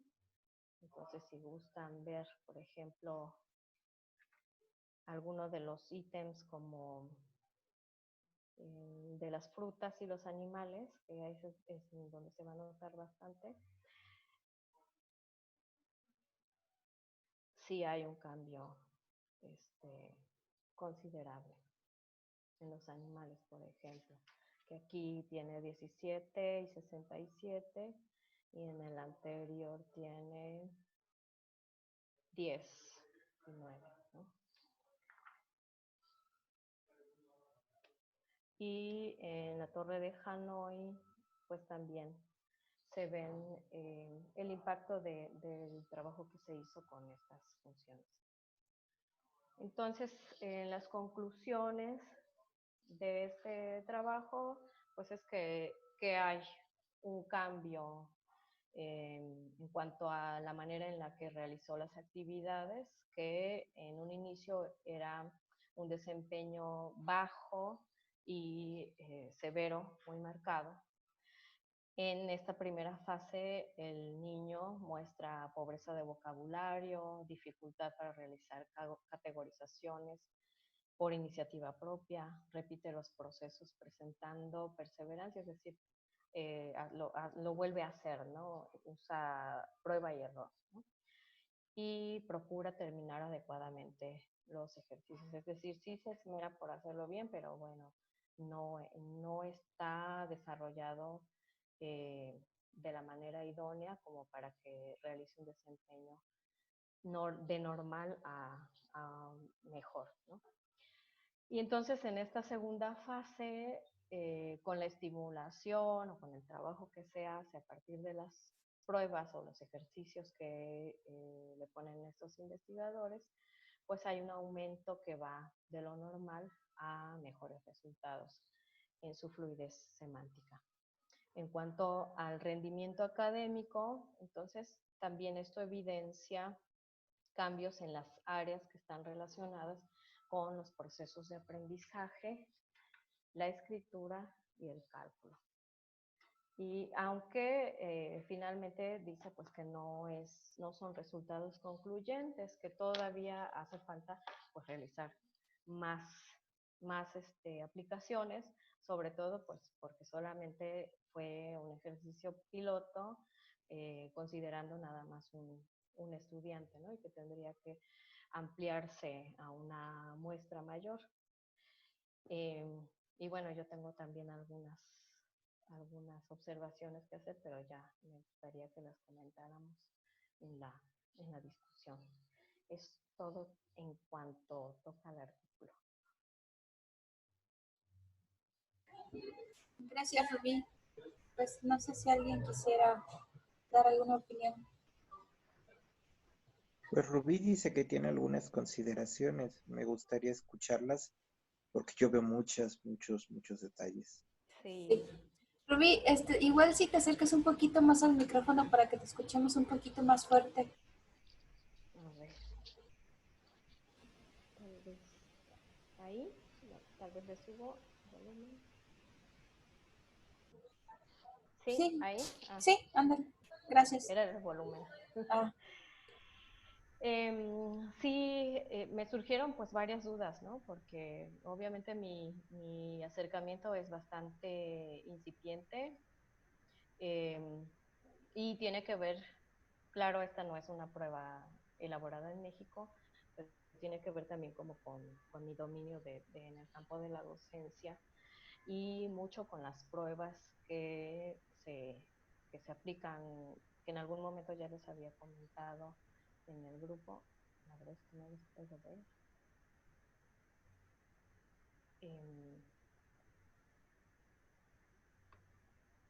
De modo que hay muchos factores que influyen en la información que podemos tener de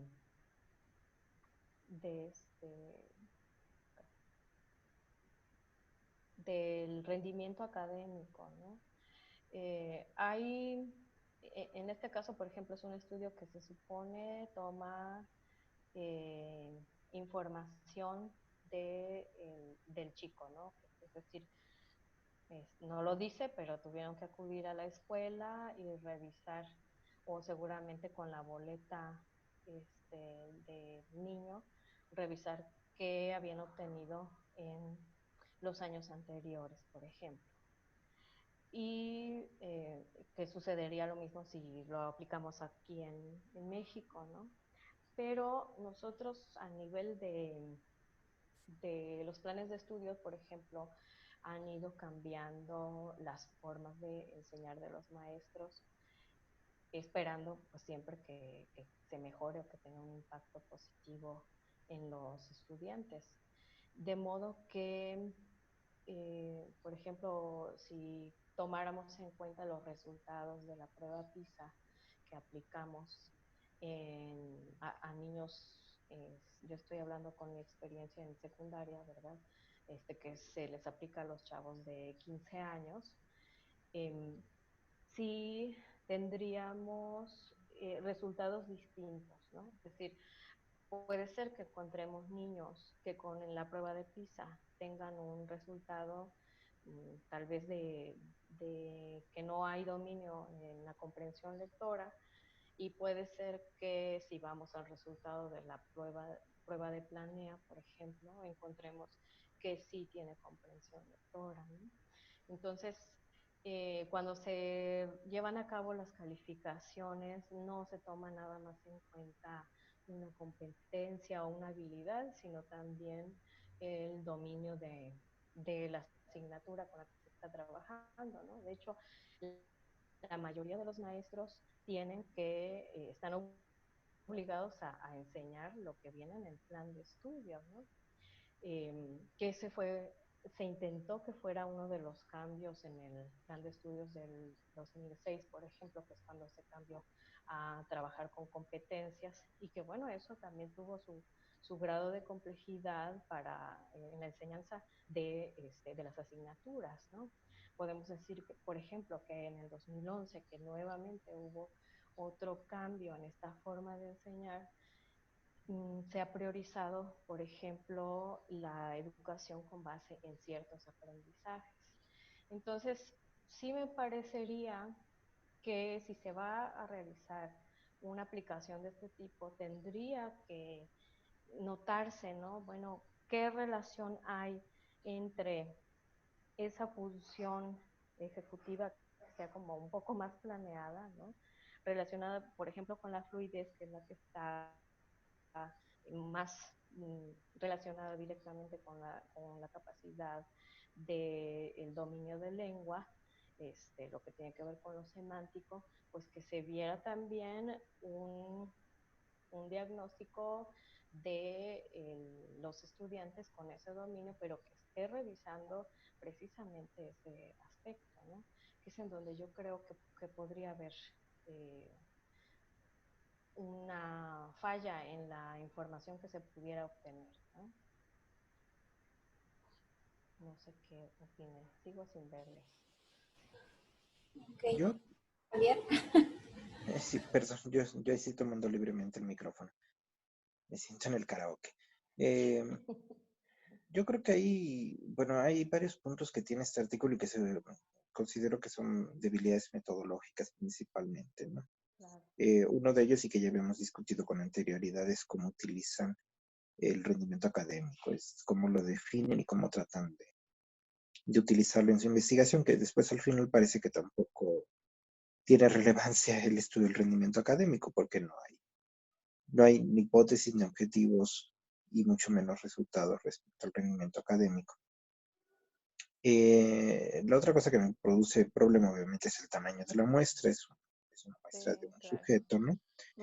Y yo no sé por ahí los que aplican Banff y ENI. El otro problema es el aprendizaje, ¿no? La sensibilidad al aprendizaje de la prueba, ¿no? Y que no sea resultado de las estrategias que utilizaron, que denominan ellos como funcionamiento ejecutivo, y más un efecto de aprendizaje, ¿no? Que hayan mejorado solo por la prueba. O sea, creo que en realidad este artículo da poca información sobre la utilidad de estrategias en escolares para el desarrollo del funcionamiento ejecutivo, ¿no? Y bueno, muchas de las tareas no, o sea, aplican como muchas tareas, muchos ejercicios, no sé si todos estos tengan un sentido lógico, racional desde el uso de una teoría propia o un modelo del que hayan partido. Digo, el problema, según yo, de este artículo son los problemas metodológicos, ¿no? Sí. Y de sistematización de toda la información y demás, ¿no? Creo que es mi opinión, porque pues de conclusiones, no, o sea, las conclusiones son muy, no explican mecanismos, no explican nada, ¿no? Sí, es muy escueto, ¿no? De hecho, tal vez habría sido más interesante que agregaran un anexo, por ejemplo, con las pruebas. Aún así, yo lo consideré tal vez a nivel de que sea como un primer acercamiento, pero ya como para hacer una publicación de un artículo, ¿no? Pues sí se me hace muy ingenuo, ¿no?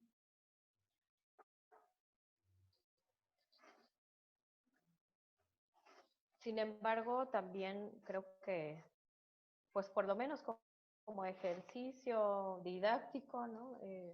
Pues me parece que es un primer acercamiento. Me imagino que hay algunos otros ejemplos mucho más vastos.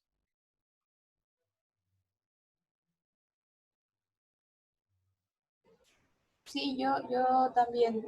La verdad es que yo revisé el resumen y pues de resumen, digo, el asunto de un participante podría resultar escandaloso y no si lo consideras desde un enfoque neuropsicológico que podría ser el fundamento del trabajo. Por eso es que eso lo dejé pasar. El problema, digo, evidentemente sí no puedes generalizar con un participante, pero creo que el problema más allá es que al final en el aterrizaje de qué hacen y por qué lo hacen, no logran establecer muy bien, muy claramente desde dónde definen su intervención, ¿no?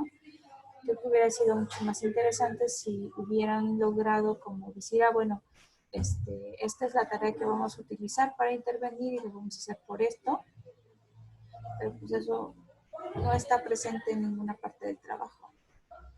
Y Sí, lo que dice... pareciera que hay un intento, ¿no? Cuando dice, bueno, se hizo la aplicación, pero también es como muy ingenua, ¿no? Porque pareciera que los preparan como para la siguiente aplicación de los test para que salgan mejor, ¿no? O sea, tampoco queda muy bien puntuado, a no ser los ejercicios de los que se habla, ¿no? Que llevan a cabo. Sí, Bueno, pues, pero por ejemplo, esas estrategias de intervención deberían definirse muy claramente desde cuál es su objetivo, cuánto tiempo lleva, cuántos ítems van a utilizar para hacer el ejercicio y cosas por el estilo que desde una carta descriptiva sí deberían de incluir, ¿no? Y no hay ningún dato al respecto. claro. Y sobre todo que estén basados en un modelo Claro, claro, explícito y con un sentido lógico, ¿no? que no sea lo que a mí se me ocurre, ¿no? O sea, Sí, Sí, eso parecería parece así, como que pues se para evaluar, reunieron, ¿no? Que se para reunieron entre inhibición. cuatro. Sí, Sí, exacto. sí, Yo sí, sí. creo que se puede evaluar así. Entonces, en ese sentido, pues creo que es bastante pobre. El asunto de la evaluación que mencionaba Javier, que creo que eso también lo retoma Chan en alguna parte de su artículo, es una de las dificultades de las pruebas que evalúan funciones ejecutivas, porque un criterio de la evaluación de función ejecutiva es que debes de presentar tareas novedosas que no sean habituales para el evaluado. Si presentas una tarea habitual para el evaluado, entonces ya no tiene sentido, ya no estaría implicando a la función ejecutiva en su máxima expresión. Entonces, cuando se prueba la validez a través del test-retest de las pruebas, siempre va a estar presente este factor de que cuando la persona responde la prueba por segunda vez, ya se dio un proceso de aprendizaje de la primera vez que se dio. Sí, sí, sí. Entonces ahí pues ya, por ejemplo, ahí, por ejemplo, Wisconsin, las cartas de Wisconsin no se pueden aplicar dos veces porque las personas pues aprenden la estrategia. Me parece que Torre es otra de estas, ¿no? Que es poco confiable aplicarla 2 veces y esperar que estás evaluando función ejecutiva y no aprendizaje, ¿no? Y bueno, es un periodo muy, muy chiquito. O sea, en general, por ejemplo, las escalas de Wechsler plantean 1 año de diferencia entre una evaluación y otra para más o menos garantizar El olvido. exacto, Sí. el control del efecto del aprendizaje, ¿no?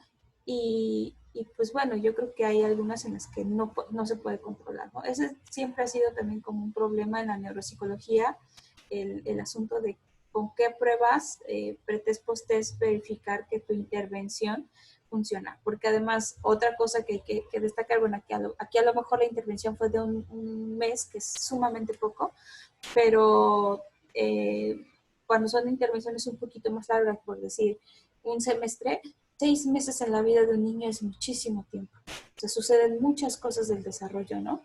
Entonces, eso también pues, es otra de las dificultades para los que se dedican a la intervención con niños, ¿no? O sea que podrías estar pidiendo desarrollo.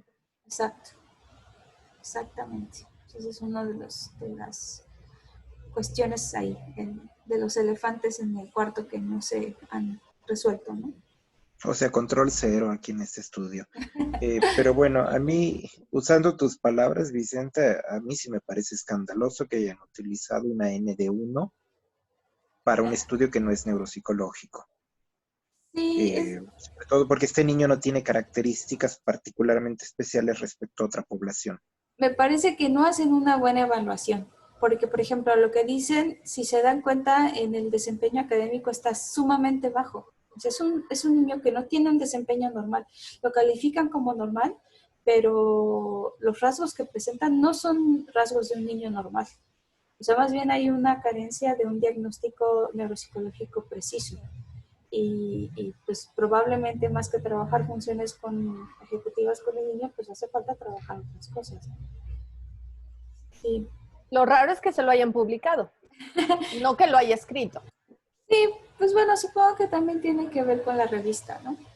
Pues ahí yo lo elegí porque me pareció que era un artículo sencillo que podía como ayudar a ver algunas cuestiones de la intervención, porque yo esperaba que estuviera un poquito mejor la definición del proceso de intervención, pero pues sí, creo que no fue o sea, yo creo que no es un buen artículo para considerar como una buena muestra de lo que se debe hacer, pero creo que para fines del seminario pues nos ha servido también como para cuestionarnos un poquito, ¿no?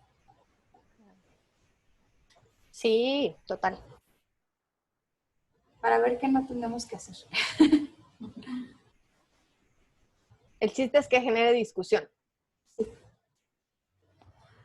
Pues Sí, bueno. y sirve como ejercicio también con relación a los demás conceptos que se han estado revisando, ¿no? En las formas de aplicar una investigación. Sí. Y sobre todo, precisamente como decía, no caer en ciertos errores porque aquí hay errores obvios, ¿no? O sea, errores de cómo se concibe el rendimiento, de cómo se evalúa, etcétera, ¿no?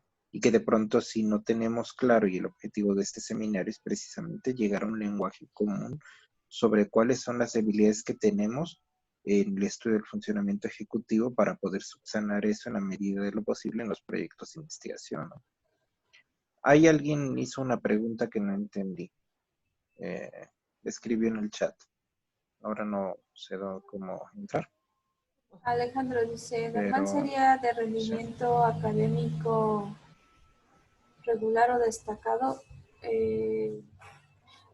Yo no digo que presente rasgos no normales en cuanto a rendimiento, aunque sí mencionan que tiene un rendimiento bajo. Hay niños que tienen todo el desarrollo cognitivo bien y que tienen un rendimiento bajo, por ejemplo, pues porque están en contextos educativos poco favorables o porque están en situaciones familiares que no les permiten sacar provecho de las oportunidades educativas.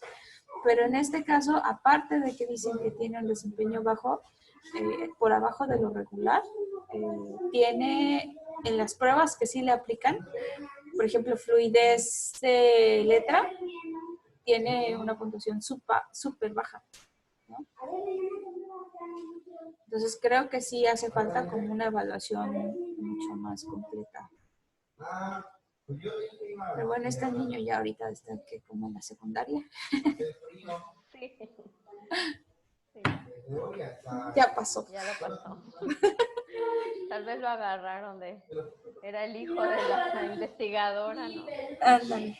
Sí, pues yo creo que eso también, en el aspecto ético, pues también es una cuestión interesante, ¿no? Claro. Eso, por ejemplo, los que estamos frente a grupo y de repente que dirigimos tesis y demás, pues es un ejemplo de lo que sucede, ¿no? De repente que no prestamos como suficiente atención a los procesos y pues, a veces eso pasa. Pero bueno, pues muchas gracias, Rubí. No, gracias.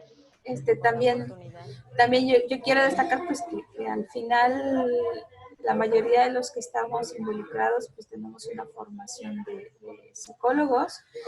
Por aquí Ivonne, Rubí, Mayri pues no tienen psicología de base, entonces nos han presentado sus trabajos y yo entiendo que ha sido un esfuerzo para entendernos en los términos en el que solemos comunicarnos los psicólogos, ¿no? Entonces, muchas gracias también. Gracias, doctor, también. No, pues muchas gracias por la oportunidad. Seguimos aprendiendo, ¿no? Y además, bueno, en mi caso, pues lo conecto muchísimo con mi experiencia docente y estoy intentando ver la manera de cómo lo puedo integrar, ¿no? Al trabajo y al trabajo con los maestros también. Sí. Sí, pues sí, yo creo que eso es interesante. Pues bueno, muchas gracias. Por ahí les dejé la liga de la asistencia. Y no sé si todavía tenemos quien vaya a exponer para la siguiente semana. Creo que los que estamos aquí, los que no han expuesto son Alejandro y Tania. Entonces, pues, puede ser que les toque. Yo tampoco, Alicia, yo tampoco he expuesto. Sí, pero pues, la próxima semana creo que va a ser complicado. Ya encontré uno que me gusta, pero me apunto para el 27. Va, que es la última sesión, ¿no? Pues bueno, entonces si me lo pasas para que lo ponga en la carpeta y bueno, le diría a Tania y Alejandro que preparen. Son de los que estamos aquí y los que faltan. Les platico, Tania y Alejandro son estudiantes de Chile, la licenciatura, y ambos están haciendo la tesis conmigo. Ambos están tocando el tema de funciones ejecutivas, entonces me gustaría mucho que ellos tuvieran la oportunidad de exponer sobre todo un tema relacionado con sus trabajos de tesis, ya se los había mencionado. Entonces, les voy a pedir a ellos que me manden su artículo para que yo lo suba a la carpeta.